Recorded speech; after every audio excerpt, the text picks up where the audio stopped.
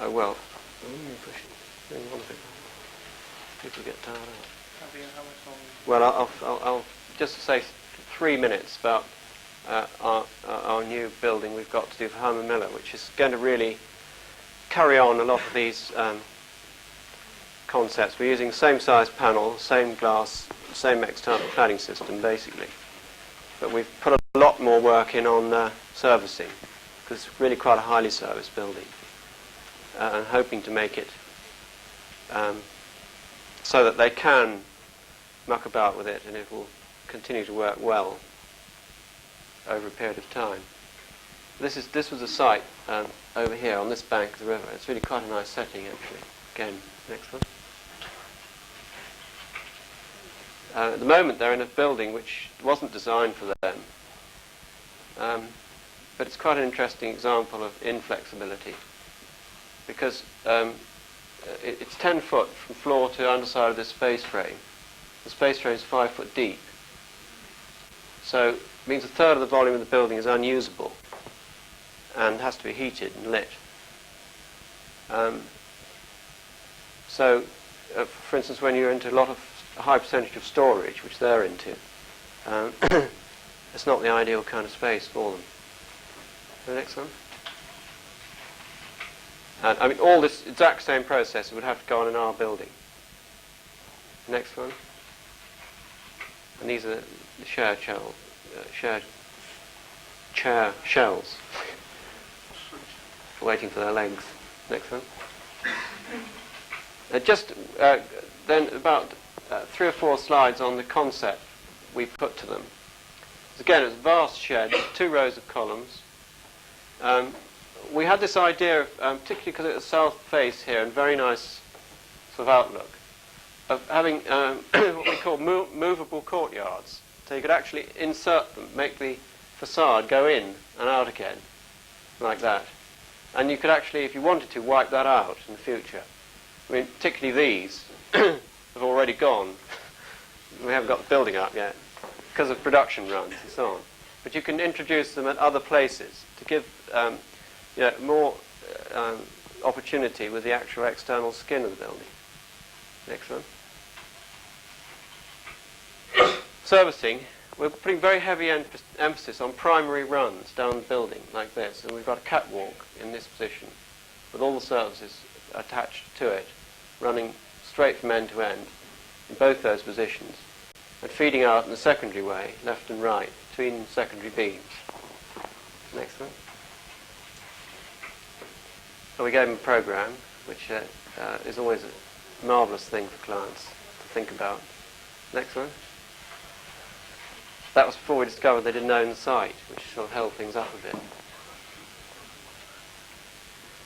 The basic concept here was to make the possibility of offices both sides, but initially the idea was to have mezzanine offices on the riverside, light assembly, storage in the middle, which obviously wouldn't be lit by natural daylight, and then the heavier manufacturing in a band on the outside. That was the starting concept.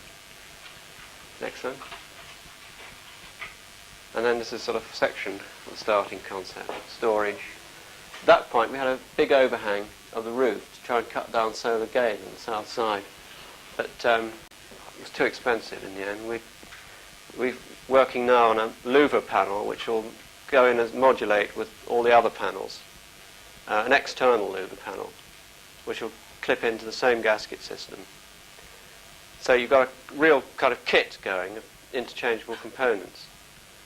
And they're so keen on the idea because they really need this flexibility, because this is, in a way, a pilot building for them in Europe, and the use of it's going to change quite rapidly over the next 10 years. May even end up all offices. And they're going to actually have a store in their central store here of components, of panels, glass, and so on, actually in their own storage for retrieval. The next one. Oh, I thought I ought to show this little sketch done by one of your own famous students for us, breakneck speed. But it gives a kind of concept of what we were driving at that time. And this is the office space on the outside, with the light assembly and the storage in the middle. But all those basic sketch drawings was just a sort of week's work. That's all I've got so far. We've been on it for about 6 months now. Can we have... That's all, I think.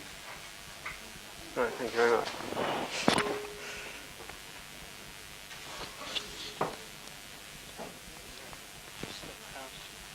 Sorry, I hope I didn't cut you off the whole time. Sorry. It is 3/4 of an hour. You've got 3/4 of an hour. Thanks, all right. 3/4 of an hour. No, I'll talk quickly. Well, I mean, that's... There's no actual makes the time. whole thing an hour and a half. But I think 8 o'clock's all right. Yeah. It shouldn't go much beyond that because they'll want to ask questions. So if you could push for Maybe. Can you make it quarter of a heat? Yeah, I think so. Has to be a notebook.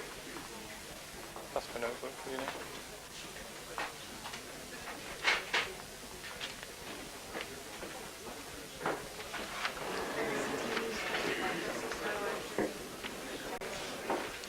I think I'd just like to add something what Nick was just showing. One of the basic aspects of flexibility, which is we always think of as being a key thing to keep in one's mind when trying to produce a flexible building, is it's not there's no kind of magic in it. It's often in very simple attention to dimensions and spatial possibilities. The fact that that building is 2 stories high may seem very self-evident when you look at the section and realize you can get 2 stories as a floor in it. But obviously, a lot of industrial buildings are being built just under 2 stories in height, and that prevents you for all time from getting that extra floor in, which is a very simple illustration, I think, of the kind of thing that I'm going to go into, which is on the side of architectural work, which is to do with what is here now and what best use can we make of it. I think the students' hostel that we... She's always turning with an umbrella. The students' hostel that we began with 10 years ago was a starting point for very many threads for our work. On the one side was the technology of the bathroom tower and the way we approached it on a very simple basis of understanding just how things worked and proceeding from step to step, and how that's evolved in industrial architecture.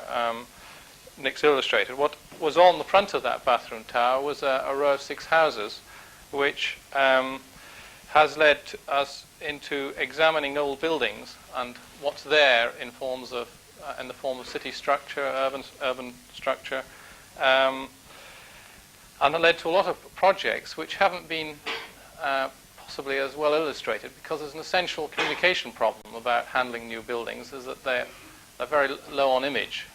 Whatever it is you do, it's very difficult to describe what you've achieved. You can show before and after photographs, but a lot of it's internal. Doing that isn't easy.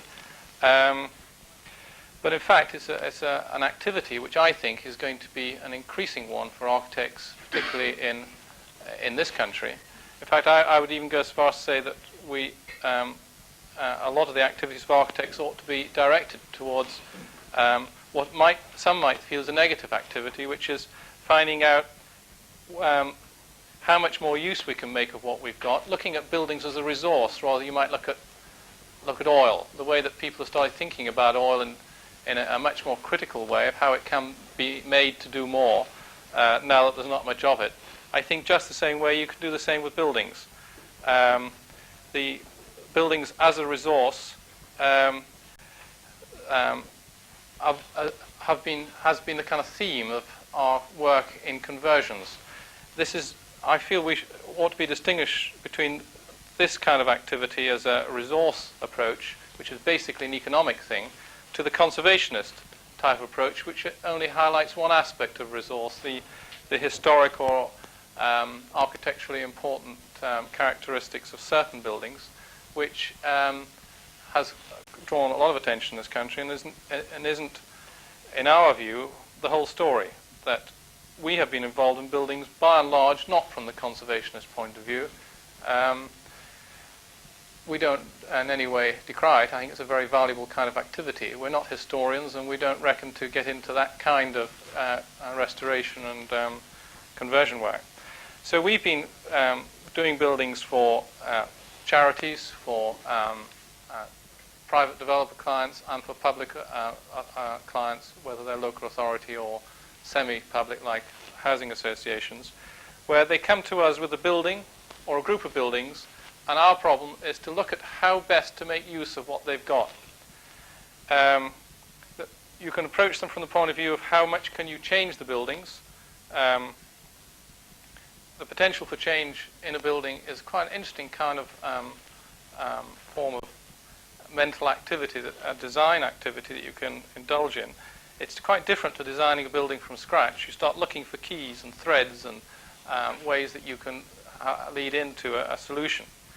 The other way, is, of course, is to change the way the building's used.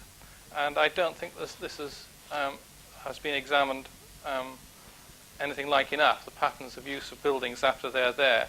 I often think the kind of job that I'd like us to get is to convert a building that's very new, in fact, like one of the new campuses. I particularly wouldn't mind doing, say, Brunel University, which is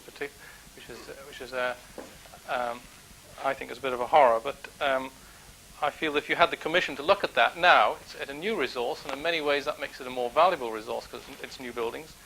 See whether you could infill it with housing, whether you can duplicate the functions that go on within it to create more life, more involvement with the community, and so on. I think if I go through the slides, I could develop these themes in a way that's more meaningful. Can we go on the first one?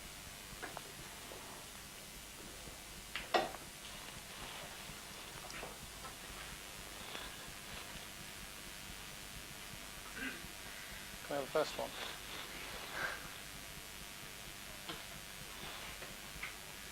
Starting off with the same building, taking the same starting point during construction.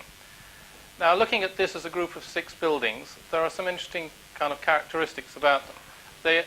They in fact turn a corner. The buildings enable you to get a right angle in the street pattern from here, which is Sussex Gardens, to there, which is Westbourne Terrace. In the centre of the junction is a triangle. So the buildings actually take kind of an angled response to the island in the middle, giving you 2 of the 6 buildings which take up the changes in direction. That one there, and a corner one over there. And the rest of them being on the standard module of the Victorian terraced house. This one, this one, this one, and 2 here, the two odd ones. We use the centre odd one then as the main circulation, vertical circulation route for the whole building when it was converted. We use the end one over there for flats, for married students and for staff. We use the bottom floors, which have the ground floor access at both ground and basement, so it gives you a direct access for independent use. We made those into married students' flats, and the rest of it, which is this block in here, we converted into students' rooms. And we also added another floor at the rear of the buildings, which gave you new student rooms. We kept the existing stairwell here and took out the stairwells and all the others, and put new floors in the stairwells that were disused at 8-foot centres, thereby getting 2 extra floors in the height of the building. We call those stairwell rooms. They're kind of cute. You go up and down, and the windows occur in funny places because the old windows in the stairwell are still there. The basic economic exercise that we were involved in was that the client had bought this, and a charity for overseas student accommodation, which had to provide at very low cost.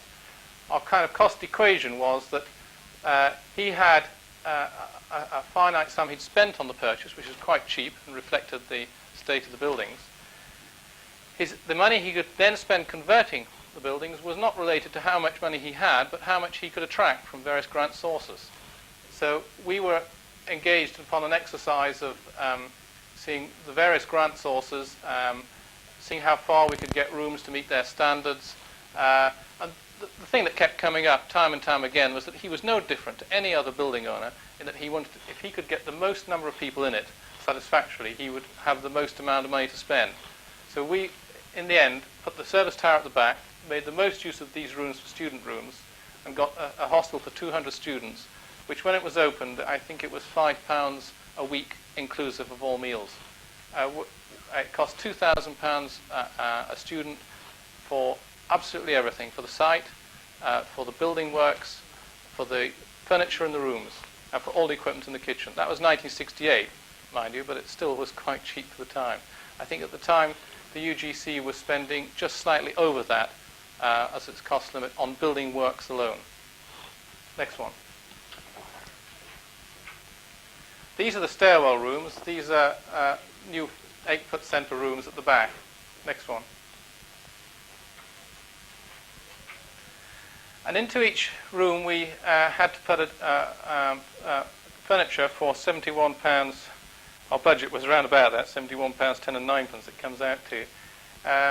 We had the design problem, and this is where the interface between new and old is particularly fascinating, I think, of at what point do you do new and what point do you leave the old? And I think this was a good point to leave the old well alone. Every room was a different shape, different height. The variables were window, sill, door position, and so on. It was impossible to do a furniture scheme which was too tightly involved in the existing structure. So we designed this trolley unit of a simple steel square section frame into which a standard set of component parts clipped or slotted or whatever to form the total package of furniture for one student. This was wheeled in the front door, and we had a little production line going up the spiral ramp of the service tower where at different floor levels different parts were added before they got to the room. The unit itself was 6 foot 4.5 inches high, just under any door that we had in the premises. Next one. And that shows you one of the rooms. In fact, this was a group room on the first floor with a double height. We had a corridor running along underneath that level, in fact, to connect the houses. So we utilised the space above, which meant we didn't have to interfere with the cornice line. That's one of those trolley units there. It's on wheels. It has a spur slotted system along the ends. I think the next one shows it a bit better. So the slotted section here had desks, shelves. They could go on this side. There was also a slotted section on that side. There was a circular hole in the top of each of the square columns which would take an angle poise or one of these Potax lights. These were standard thermoplastic storage boxes, in fact made for walls for the pork pies. The casters on the bottom, two of them opposing ones locking, a fiberglass hollow door with a mirror in the centre and storage space for various personal possessions there. A wire, plastic coated wire tray in the bottom. We negotiated direct with 17 different suppliers for that unit, which was assembled on the spot by students working during the summer vacation. This is a standard flush door on wheels. The only parts that are off the peg are the chair and the Potax light, which in fact were a job lot. We happened to see them in a sale. We bought 200 of them for the client. But in fact, the diameter of that tube is the same as an angle poise, so additional lights can be added. Next one. At the same time, we were looking at all the kind of things that could be plugged on to existing buildings, the interface between new and old.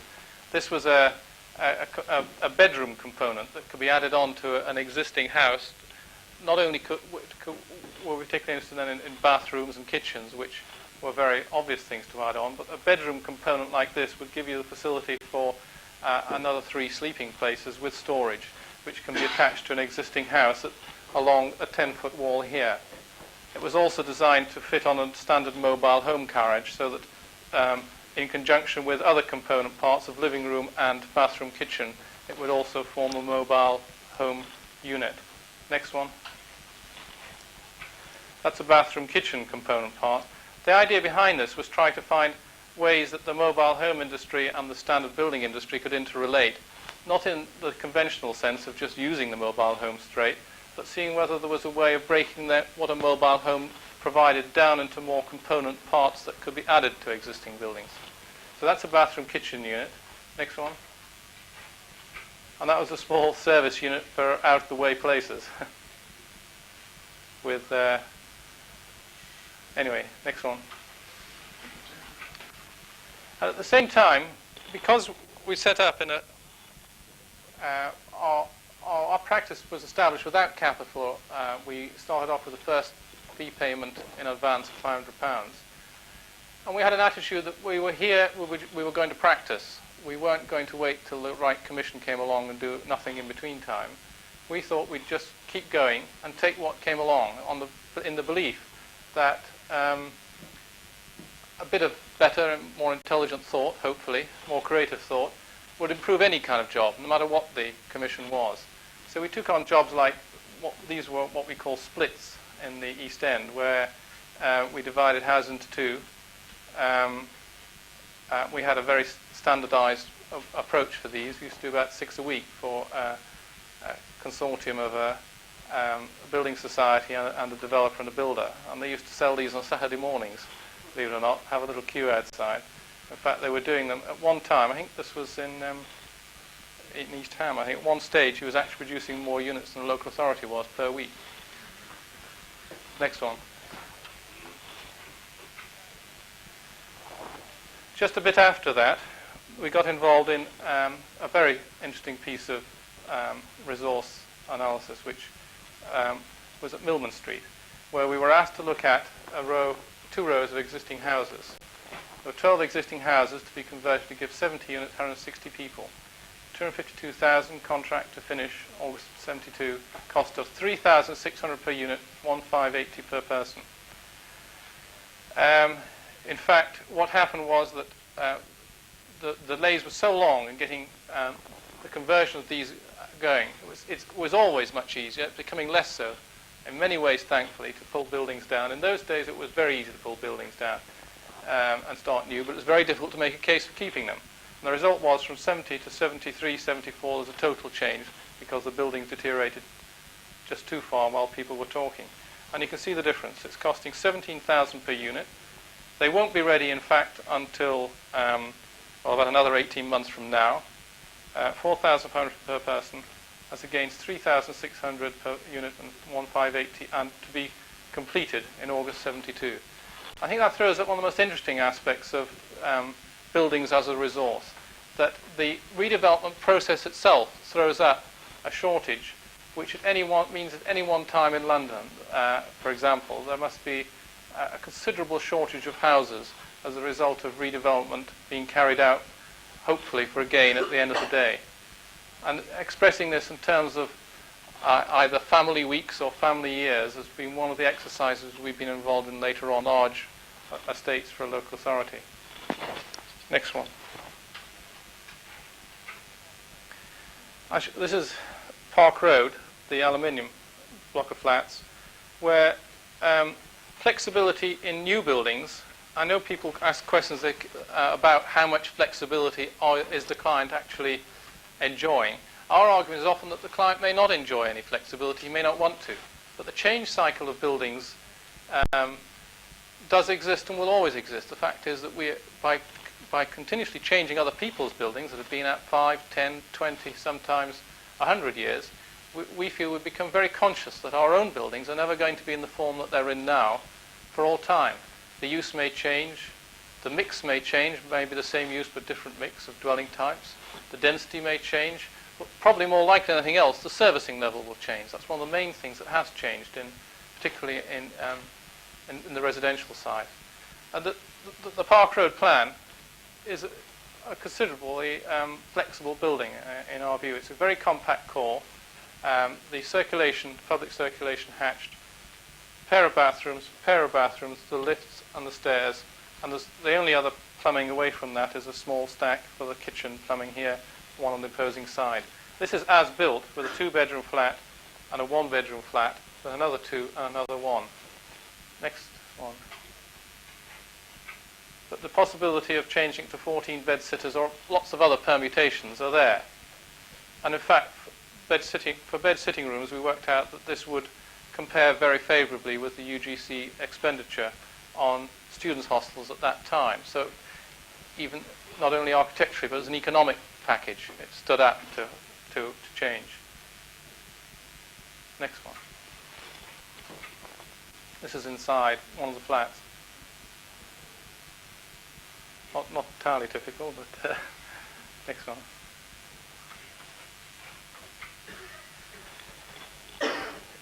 This was a job where the client had a fixed sum of money. This was a different kind of charity, no government aid, fixed sum from subscriptions, flag days, that kind of thing. He had £60,000, which he had a quantity surveyor when he first came to us, and the quantity surveyor said £60,000 equals 30 shillings a square foot, as it was then.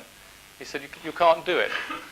Well, if you work back from the sum you have and take the building as an object, there's various levels of achievement that you can arrive at on the client's behalf, depending on just what his expectations are from the building. In fact, one of the first things we did on this was pull half the buildings down so that he actually doubled the amount he was spending to start with, because we found that it was more economic to make more intense use of the rooms that were there than to spread out the functions on the widest possible basis. It's not only more economic, as we were able to demonstrate with him, working on how he used it in terms of building costs, but also in terms of running costs, that he had less to heat, less to paint, and so on and so forth. And this was a boys' home. It used to be a school. Some of the kind of conversions we've been involved in are quite interesting in what they actually have been and what we're making them. This was built as a grand Victorian house. In 1920 was converted to a public school. In 1970, 72 was then converted to a boys' home.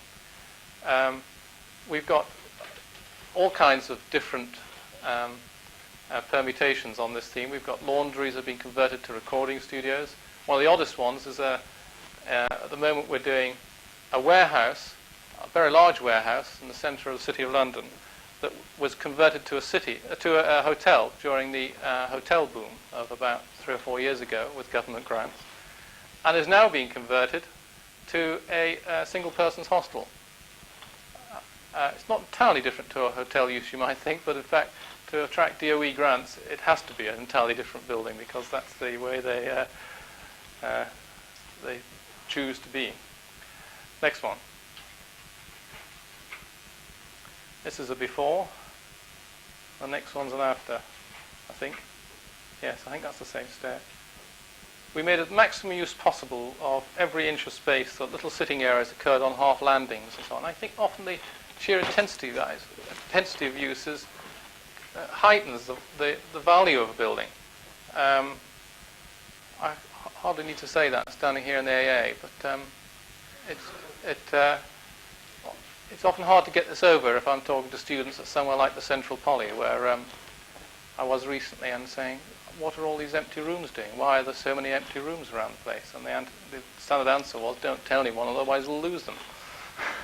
And I think a lot of these new buildings and campuses around the country arise from people being asked, how much space do you want? And people see space, and traditionally, space is money. The rich man built a big house. And it happens just the same in institutions and in the welfare state as it does in the capitalist system, that people always want more space than they need. And in my experience, they often lose out, because what's best is the right amount of space. And it's just as difficult and just as critical to get the amount of space right as it is to design other aspects of the building. Next one. So we went from converting buildings and looking at buildings as a resource to converting bits of towns and looking at bits of towns as a resource. This was a limited competition that we won in 1970 in a conservation area in Bayswater. The site is here, 3-acre island block in Paddington. In fact, these buildings were down and these buildings were down. I can't remember about those, but our entry was the only one that retained this row of houses here, which was very substantial Victorian houses. And we adopted a street pattern within the site and a character within the site that was related very strongly to what was there. We felt we were converting a bit of the town rather than imposing something totally new upon it. It's quite interesting to compare it with this, which had totally the different approach, which is what it's all been like for the last 25 years in this country. I met the job architects recently of this, and they were saying how they were fascinated about how things have changed. that I think it was the Tecton Group estate, and they said the theme at the time was light and air. Let's get away from this. There wasn't any of this. Let's have some. That will solve all our problems. And we've now come complete circle, and everyone's agreed that it's not the thing to do. And next one, we got very involved in looking at what was there and how to make the best of it. The front of the houses were like this. The orientation, in fact, was to the north because the square was on the north. In dark here, you have the existing buildings. We added a new building on the back, complete room deep. We demolished none of the existing building at all, except some small staircases at ground and first floor. So that is the existing building in its entirety. It's not a facade job like they do at the Nash Terraces at Regent's Park and so on. We kept the floors in a large part and all the walls, and we added a new room on the back so that the new flats had a living room here facing south and 2 bedrooms at the front looking through the existing 2 windows here. We again did our got a couple of extra floors in because it's a new building and you could adjust the ceiling levels to suit. We had a car park at the bottom, a small maisonette, and then these flats, which we call the through flats, which went right through. It was often change in level. We got the first flooring just about level, and then adjusted from then on. There's another maisonette at the top. We kept the front doors of the buildings as front doors for a maisonette in that position there. Next one. And that's what it looks like. In fact, it is finished now, but typically I don't have any slides for that. But this is quite a height, so you can make out the new bit at the back there, which contains the maisonette at the back. This is the existing terrace goes to there. There were virtually no buildings on this bit of site, so we had another building to add on the end of there, which is a new block of flats. And the basement and ground floor is not quite finished here. Next one. That's the new block of flats at the end. We picked up a theme which gave it its name, the colonnades, which was a kind of a marketing theme, but it had a nice architectural basis for it. This line here is in fact the soffit line of the columns on the existing row of houses and continues right round the whole development. And the general architectural idea was that you had in here a different kind of use. Either it was a maisonette with a front door off the street, or it was shopping, or it was offices, or it was just hollow. You went in and it was a completely double height space arcade. So everything above that line was residential accommodation. Next one. It's kind of a self-contained thing, rather like a Dolphin Square, though not quite as big. This is inside one of those double height spaces underneath that colonnade line, with a bridge going across between 2 of the blocks for the residential accommodation, which all occurs then above that 2800 line. Next one. This is nothing to do too much with buildings as a resource, but we introduced a patio house on top of the roofs of the deep plan over the shops, where we had floor plans of up to 112 foot in depth over the top of offices, libraries and supermarkets and so on. Next one. Which was enabled us to make quite intense use of that frontage with a little patio. Next one. Going on to other bits of conversion of parts of cities. This is in Aberdeen, which I felt particularly strongly about at the time. We made a submission for a limited competition, which we didn't win.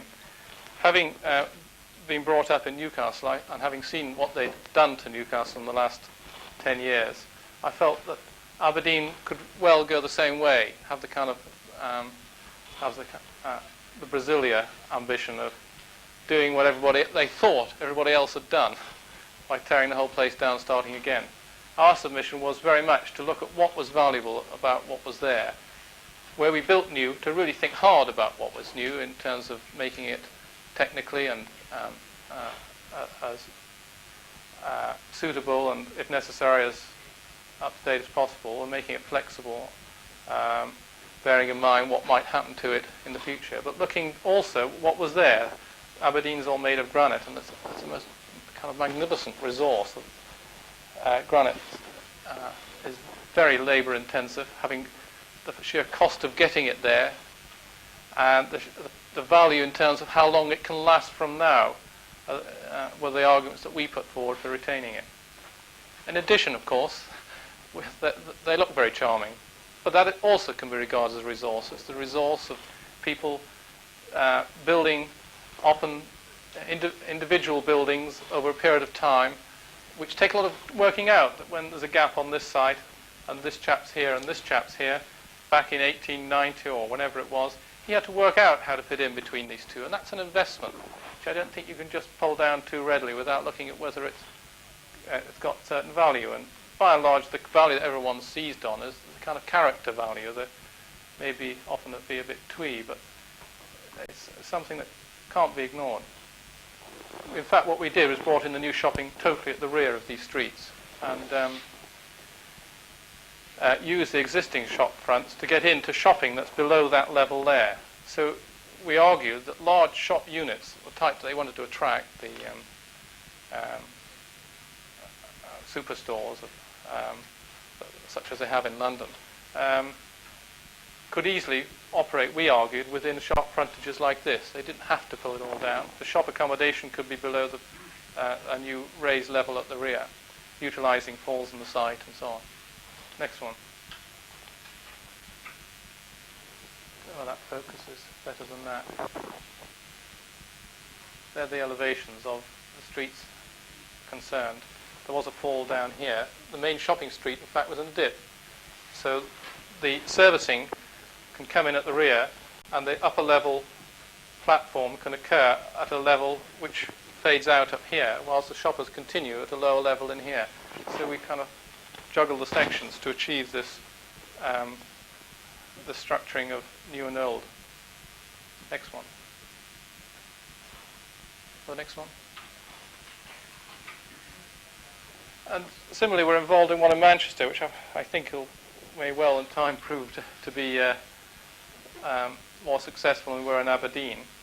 We looked at a 7-acre site there, which in fact we were appointed to do as a result of a limited competition. And we pinpointed not only the buildings that were listed, which are the hatched ones, but buildings that were there and we felt were worthy of keeping because they were just substantial, and it's just crazy to knock them down. And we developed an urban scheme around it. It's a housing scheme, in fact, by and large. Next one. We even kept the street pattern, pavements, the roads. It meant you didn't have to interfere with the sewers. So the street patterns kept the same. Next one. And existing buildings like this, with ingenuity, can become, it's quite conveniently got nice rounded corners on the front, very strong building, and it could easily, with ingenuity, be adapted to form to form a group of offices of something like 4 times the existing size. I think London people are much more conscious of these kind of possibilities than they are further away one gets from London. I think the mentality of that what we've got it can't be worth anything is much stronger. Next one. Now, this is one of our latest jobs that we're on with. I don't have any scheme drawings of this, but it's a fascinating site. It's the Common Ching site in Covent Garden, where the owners have virtually done no repairs for 200 years, which is one kind of resource planning.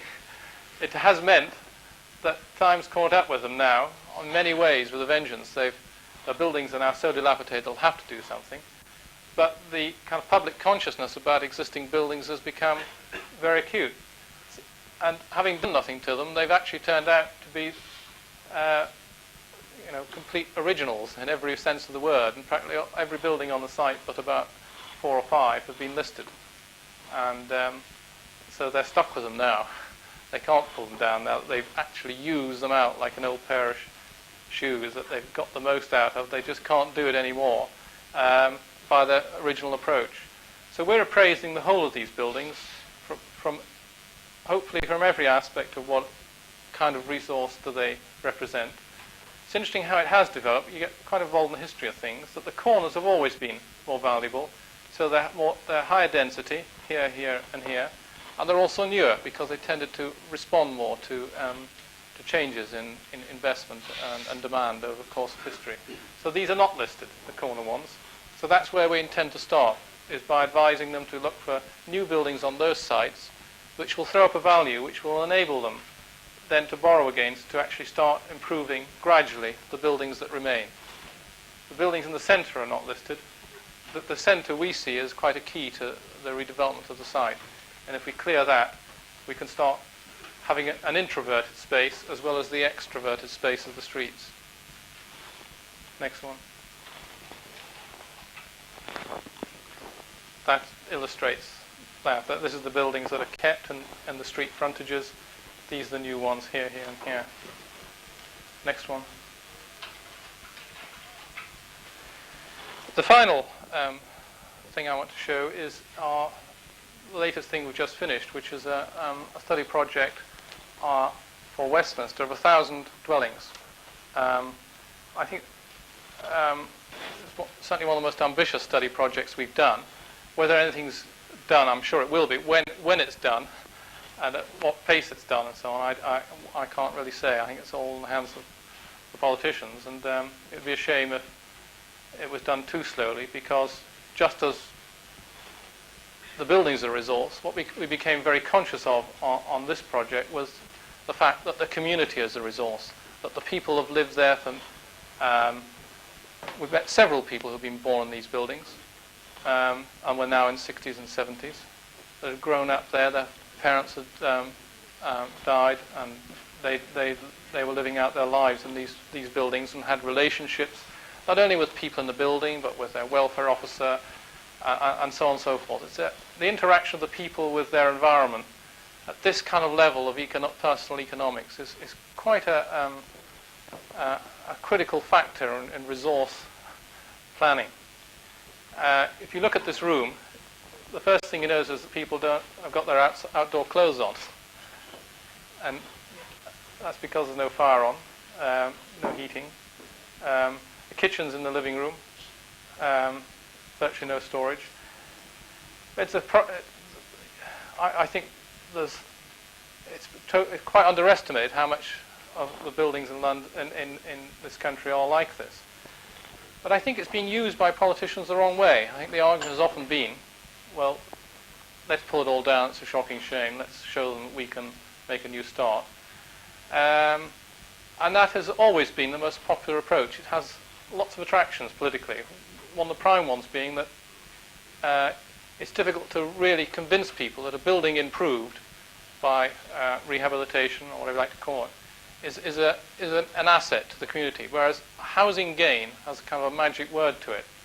And so the housing gain race between the political parties in this country is always obsessed, in my view, that the housing field to its detriment. It's been a political football that it's just been a kind of a numbers game that's ignored a lot of the real problem.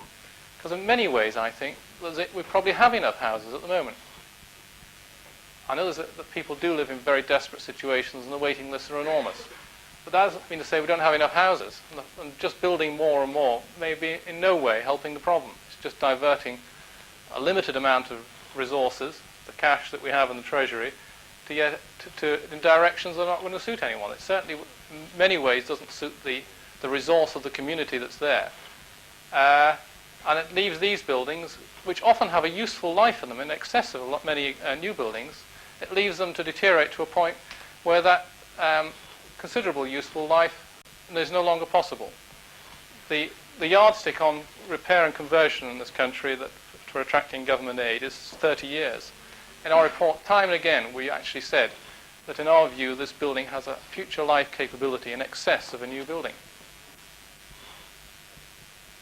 What you see here that is bad is not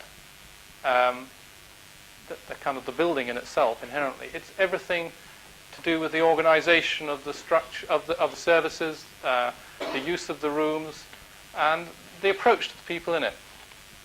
Next one.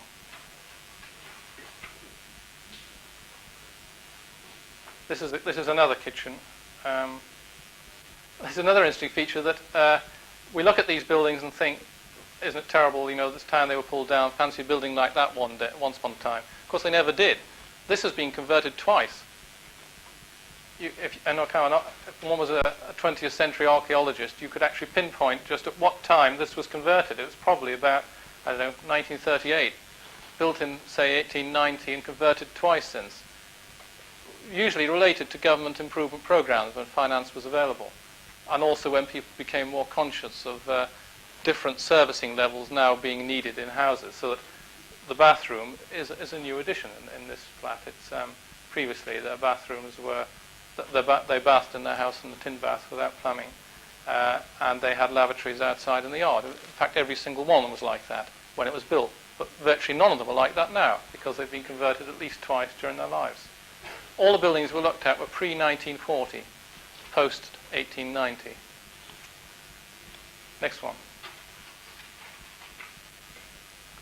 And this is just really demonstrates that it's not money. I mean, the cost of a cooker, the cost of a fridge is quite a high cost element. It's kind of organisation of space, where the doors are, where the socket outlets are, how much storage there is. And that's the problem in a unit like that. Next one. Outdoor coat on again. One of the characteristics of people in these buildings is that they're invariably the older generation. I think it's quite a character of council housing, in fact, because the tenure system is that they discourage mobility. And whilst we may feel that Lisson Green, for example, poses a bit of a vandal problem now on account of all the children there, I think if we were to go back there in 50 years, we would describe it as an old person's colony. We'd find that a very large number of people hadn't moved on. And that was very much the pattern that we discovered in these buildings. Next one. And some of the themes we looked at was the space characteristics. That we could never get these flats up to Parker Morris standard. But if you looked at the distribution of the space, a much more hopeful picture emerged. That if you put below this line, these are the different estates, by the way. Below this line are the service rooms, bathrooms, kitchens, and circulation storage. And above the line, bedrooms and living rooms. And by and large, we were able, by simple adaptation, to get the served rooms well up to Parker Morris areas. So that in black line, you have a Parker Morris area, and in a fainter line, the area that we could achieve. I think that's the right way around. Yes. No, it's the other way around. Well, they're pretty close. I mean, it's hard to tell which is which. But you see on the served rooms, invariably, this is our block. We were invariably unable to get anywhere near the area of served rooms. And we felt that wasn't essential. And so we proceeded, by and large, to convert the flats as they stood. A two-bedroom flat was converted to be a two-bedroom flat. And one of the main reasons we did this, we didn't start off the study with this predisposition, but we ended up with it because of the people in it. Time and again, we decided that the best thing to recommend was that the place was converted with the people in it. And this often meant that you had to adjust your ambitions in terms of conversion, or at least adapt the kind of approach you would make to the conversion problem. Next one. Another preoccupation was with flexibility, concentrating on never impeding future conversion. Everybody that come along converted these buildings since they were built in 1890 obviously felt they were the last of the line. From now on, these buildings are modern. Nobody's going to follow after us. So we were very conscious of trying to anticipate as much as possible. First of all, the change in mix. This demonstrates how an existing situation that we could convert in one block to be the existing situation. In other words, it would still be 4 two-people flats, 1 3P and 1 4P. We can, at a future date, by simple rezoning of non-load-bearing partitions, produce permutations of mix. We felt particularly strongly about this because working for local authorities on new schemes, we'd often, time and again, come across our brief being for one particular kind of mix, say X number 1p, X number 2p, and so on. And it had changed not only after it had been built, it had not even been changed on completion. It had often changed during the design stage.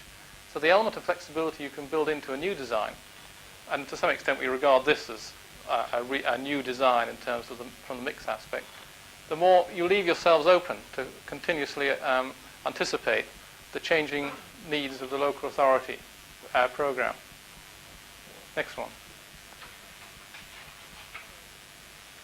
This shows in several phases how an existing lavatory, by building an enclosure at an early stage, but retaining the use of the lavatory for the tenant, can become a bathroom and a kitchen with tenant occupation. So watch that cable there. It's strangled me otherwise. Next one. Another phased job where a bathroom and kitchen's service intents were always the most difficult ones the difficult aspects of a flat to produce phasing, because they have to be kept in function all the time. What we aim to do is produce conversion plans which would be produced whether the tenant was in it or not. So that if the tenant was prepared to leave, if there was alternative accommodation, then one didn't have to completely redraw the plans because that was so. So we tried as far as possible to adopt plan forms that suited either method of tenant occupation or not. Okay, next one. That's a similar one. Next one.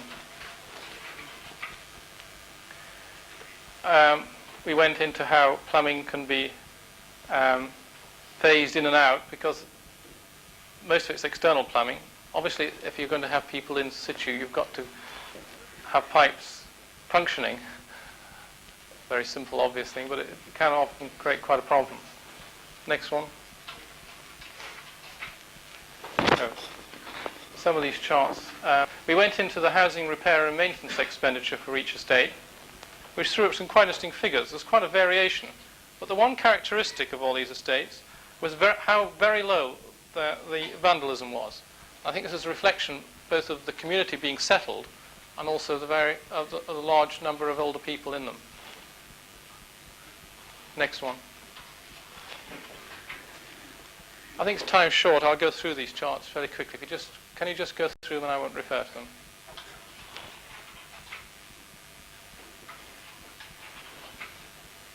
Yes, we did. Sorry, that one's an interesting one. It's the last one. We did a comparison between rehabilitation and redevelopment, both in terms of cost per bed space. Difference on one particular estate by conversion was that cost, assuming certain standards of improvement. There are various alternative standards. This is the most expensive one, as against redevelopment, which is 8,620. It's quite a complicated permutation these days, because there are other aspects to be brought in, like there are disturbance and discretionary payments made to people that have to be moved. But one of the biggest characteristics of redevelopment is that it always means that you're going to have fewer units on the site in an urban area. Invariably, you can't build the same density. And one of the main reasons for this often is car parking, that you have to get a very high car parking element in, usually 1-to-1. And this has meant on new schemes that we've built time and again, there has been a loss of residential accommodation. But to rehabilitate 254 flats compares with this redevelopment scheme, where you get 124 back on the same site at existing density and doing certain assumptions about building bulk and so on, and town planning controls. And you would have to buy a new site to put the residue in, which is that cost. Next one. So I'll go through 4 of them fairly quickly, and they're all in the same format. This is next to Lisson Green, and this is the estate here. And we, in fact, enlarged our brief to some extent to take in that area there by way of looking at it as a neighbourhood, which it did function as a neighbourhood. It's incredibly high density. I don't know, it's 400 or 500 people per acre. It has a centre block here, and one of our first investigations was the removal of that centre block, because it actually failed on standards of lighting in this area between the buildings here. So the appraisal of this particular group of buildings was influenced by the form of there being small blocks of vertical accommodation around stair towers, which you see there, there and there, which meant that you had to add a lot of lifts to get a new lift facility in. So we, in fact, in the end decided to add another floor on the top of these buildings we were retaining to make better use of the new vertical service towers and lifts that we're adding at the rear. Next one. That's how it looks at the moment. I think that without doubt would have been pulled down 5 years ago when it came up on the books as right for redevelopment. I think now it's debatable. I think that's on all the buildings we looked at, that was the one that I think people will find very difficult to accept you should keep. In our view, we call it the believability gap. It's the problem of seeing what it could be. People standing in old buildings often think that they're just too far gone when they're not. Next one.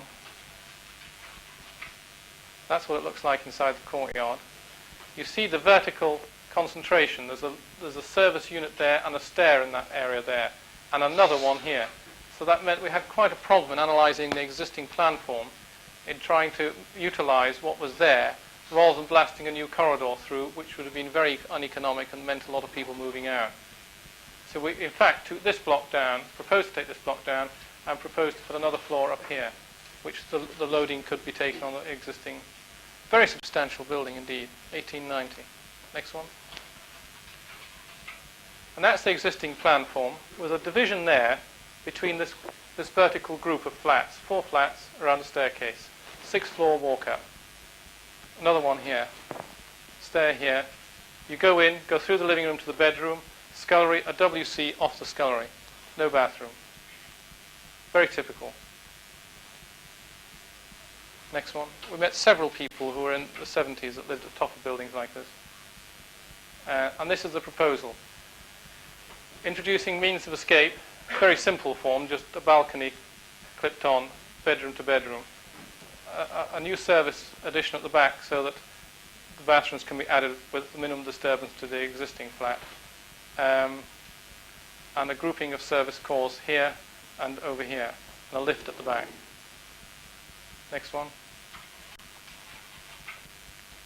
This attempts to show some of the flexibility that was possible, but at the time of conversion, a simple door opening knocked through that wall there, 6'6" high, 2'6" wide, will enable you then, without any subsequent structural alteration work, to increase the size of any one of these flats up to 2, 3, and even 4 bedrooms from its existing size of 2 bedroom. And that just means puncturing that wall at that position there would achieve that flexibility, virtually for the life of the building. So you can actually move from that mix there, which is 2 bed sitting rooms and 2 bedrooms, to 4 bedrooms and a bed sitter. And you play a lot of tunes on the mix. Next one. This shows the roof addition, in fact, and that shows the building that's taken out. Next one. And the next one here is in middle of Soho. It's a little building, if I can find it, I think I'm lost. It's a bit difficult seeing it from this angle. Oh, it's down, yes, this is the street, I've got it. It's that one there. This is Blake House. This is Carnaby Street here. 40 flats, right in the middle of Soho. Next one. Very good condition. Very solid piece of building indeed. Next one. And the plan forms like that at the moment. You go through the living room to the bedrooms, obvious lack of privacy, also certain means of escape problem. But they had added escape stairs here. No capability whatsoever for adding a lift, so it has to remain a walkout, which could put a limitation on its life, even though the structure has got a life, I think, equal to a new building. The standard of access may not be what people may find acceptable 10, 20 years from now. That's the existing layout. The WCs were added by reducing the size of what was the original scullery. Next one. And that is the proposed layout where I think one of the phased alterations that you saw before, in fact, were of this particular unit, introducing a small, very compact bathroom unit and a kitchen unit. Time and again, we've found elderly people quite happy to accept a small shower or hip bath type rather than traditional bath. And so we went for that as a solution, which means you can get a very, very small unit indeed, and enable you, therefore, to keep the existing flat layout. Next one. 2 more to go, I think. This is no, 3 more to go. This is Crawford Buildings and Crawford Place dwellings. This is the particular building we're looking at, is there, and another one right over there. That one was quite interesting. If we can hang up first, do we have that? It, again, very substantial, but a lot of single-person, one-room units with virtually no services whatsoever. And this is one of the schemes where we would have to have a certain amount, it was essential to have a certain amount of people moving out for us to convert it. Next one. Existing plan layout. These were bathrooms out here, away from the flats. There used to be sculleries once upon a time. A simple corridor layout. When you look at a plan like that, it has a simple rationality to it, and immediately it lends itself to conversion. The fact that the stairs here, you can add a lift at the back, get through to here, you can add on to the existing circulation system. This is an ideal plan form to adapt and make something of. I'll show you one in a minute that by reason of its original design, even though it's 20 or 30 years later than this, is virtually unconvertible. It's really a fine balance whether one does or not. And I think a lot of the buildings we put out in the last 20 years are unconvertible. I think it's one of the biggest indictments that people are going to have in the future, not whether they're fine pieces of architecture or not, but just we can't do anything with them. Now we don't meet in that kind of way. Now we don't use rooms in that kind of way. Next one. That's it with the lift added on the back. Simple kitchens and bathrooms sorted out. Next one. And with, well, that shows the service zoning. Suspended ceiling in the main corridor. Main key points for vertical servicing for new kitchens and bathrooms. Next one. I'm nearly there. Can I have the next one? That shows you the flexibility. The zone is the area for possible circulation at any future date. So the knockout panels all in that zone, so the rooms themselves can be added on or subtracted from flats. Next one. Can we run on quickly? I think I'm overrunning slightly here. This is Crawford Buildings. The most interesting thing about this was that it was built as 2 buildings. Unfortunately, this just doesn't justify a lift, that number of flats. So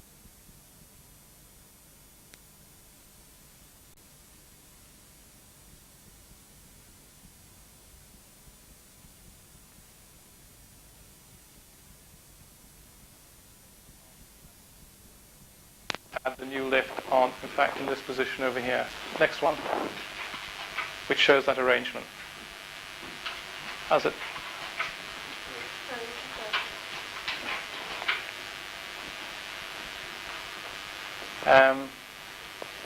So you have the buildings joined by knocking out this. You have the bathroom kitchen grouping. You have this zoning capability down here so that you can actually integrate flats one to another. At the moment, in fact, these are the bathroom wings out here on this block. And I think there's a bathroom wing there. So none of them are self-contained as such as they stand at the moment. So they're now, on this proposal, they'll be all self-contained. The fact that there are 2 staircases, of course, is an advantage from the means of escape point of view. Once that is knocked out. Next one.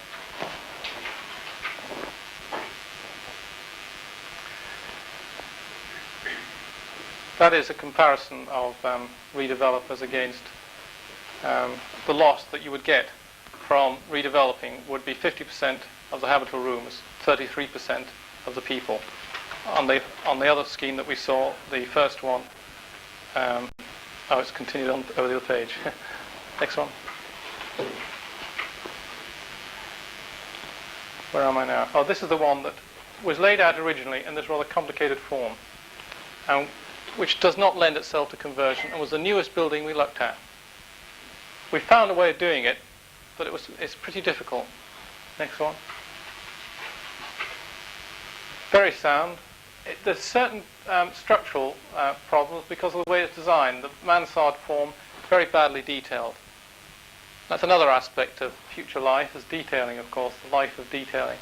This particular building form, the mansard roof, gives terrible problems. So there's dry rot in the roof, very poor maintenance, so that the stacks had actually leaked so badly the dry rot in the floors. Next one. This was in the worst condition of all the buildings, and it was the newest. That's the plan form. It has 3 staircases.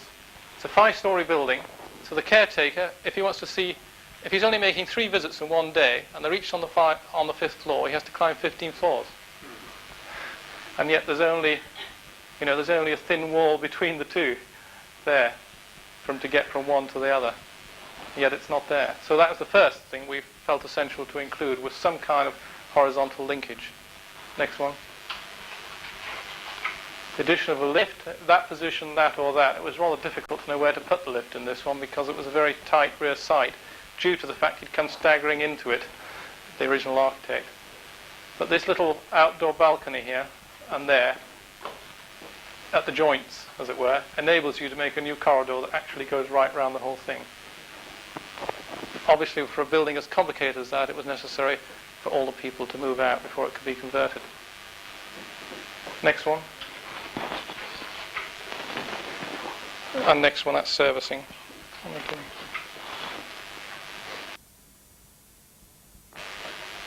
41% loss for redevelopment of rooms, 45 people.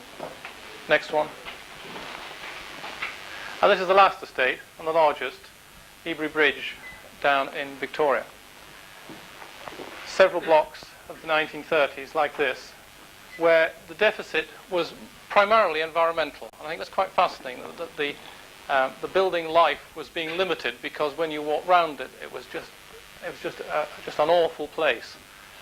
And yet the addition of, we felt, certain design inputs and landscaping and control the flow of pedestrian and vehicles. At the moment, it's all tarmac, so the vehicles go anywhere.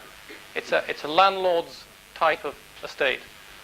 Vehicles can go anywhere, therefore it's easy for the refuse vehicles, easy for the maintenance crew, it's easy for everybody, they think. But in fact, it's kind of a desperate kind of environment to be in. But it houses a lot of people. There are 490 dwellings there. Probably not far off 1,000 people. Next one. This is a typical block, very well planned for future adaptation. The external balcony type means that you can add services very easily and get access, almost like a catwalk at the back. You can add and change. In fact, all the service rooms are all arranged around the back here, next to the service entrance, next to the main entrance, up to the flats. So it's a good plan. Add a lift on here, change these service rooms here, put new plumbing direct on the outside wall. Quite straightforward. A good, very valuable piece of resource, that building. Next one. That shows it after conversion. These were not actually schemes as such. These schemes were done to establish cost limits and programs. It may well be that upon more detailed examination one might do something different, but it was a basis. The scheme was there to measure and deviate from at a later date. Next one. Inbuilt flexibility, corridor systems, change of mix potential. Next one. And finally, the estate layout itself. We proposed to try and create neighbourhoods. We stuck very close to the idea of defensible space. I know it's been questioned as to whether it's the right way to approach things, but we tried to engineer it so that in between two existing blocks, there and there was only one entrance. We closed the exit to them by putting, in fact, more buildings in, which we call groundscape housing. They were houses to give the appearance of lower density. on the argument that it's not density itself that's wrong, it's the effect of density, the experience of it as you move around a piece of housing. I often like to quote the student at the Bartlett who did a nice comparison between the Queen Mary and a housing estate. The Queen Mary costs less, was twice the density, and I think if people were given the option, they'd probably rather live on the Queen Mary, with its swimming pools and cinemas and what have you. But the density was enormous. And so I use that as an illustration to show that density in itself is neither a good nor a bad thing. It's how you experience high density, I think, that can be the thing that's wrong with a piece of housing. Next one. Have the next.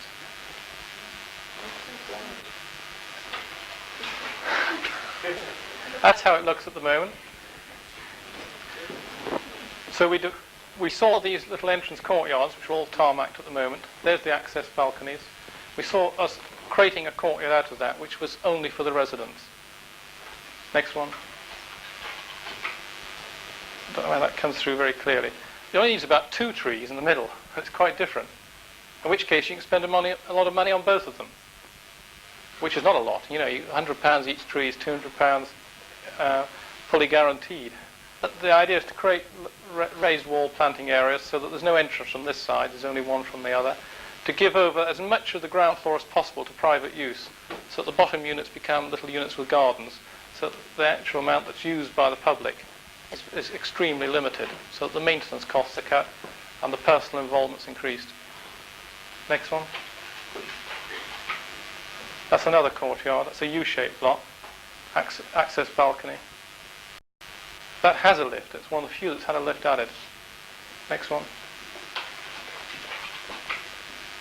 And that's it. With a controlled pedestrian access system, very limited in size. Ground floor given over to the bottom units. 2 trees. Next one. How will they collect the garbage now? The garbage. Well, the present system, we went into this quite a bit. The present system there is one that will probably still be used, which is a plastic bag taken to a main collection point of Paladins, which is I should have shown it on the original drawing, but in fact it's quite possible to get one garbage truck route that comes adjacent to all the entrances to these new pedestrian courtyards. So we structured the shape of these so that in the entrance enclosure it's possible to put a couple of Paladins, which are then adjacent to that spine route, as we call it. So there's only one entrance in and one entrance out, and a defined route through the site for refuse vehicles, for furniture vans and so on. It's not very difficult to achieve at all, in fact. It's extremely simple when we sat down and looked at it. Oh, that was it.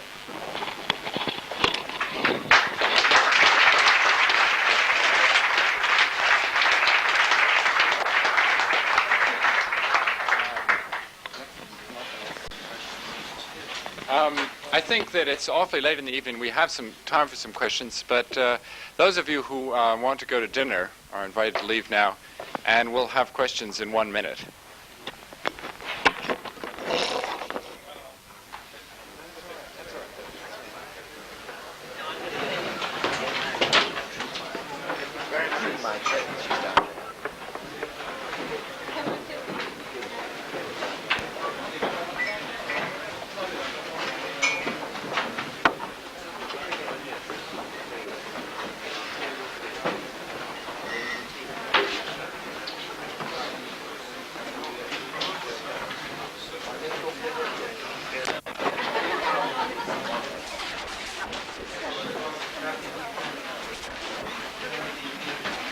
Working or not?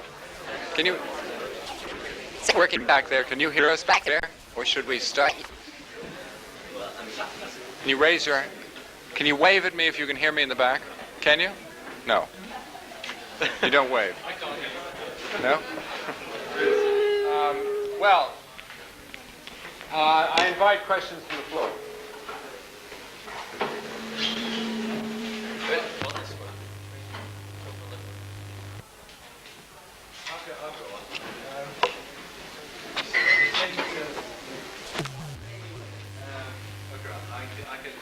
But it's not your major preoccupation, this kinds of things that you've been talking about. But you seem seem to be very reticent about the image, visual image of your buildings. And the only one in China, I'm talking about your well-surfaced sheds now, the only one in China is the one in Runnymede. And I find it fascinating that we have a lot of beautiful slides of it, but not one of it which shows it as it will be seen by the vast majority of people who see it, namely from the roundabout and main road and the motel just round the corner. Would you like to comment? Well, it's a very interesting point, actually. I mean, as a matter of fact, I've never seen it from there myself. But just recently, this kind of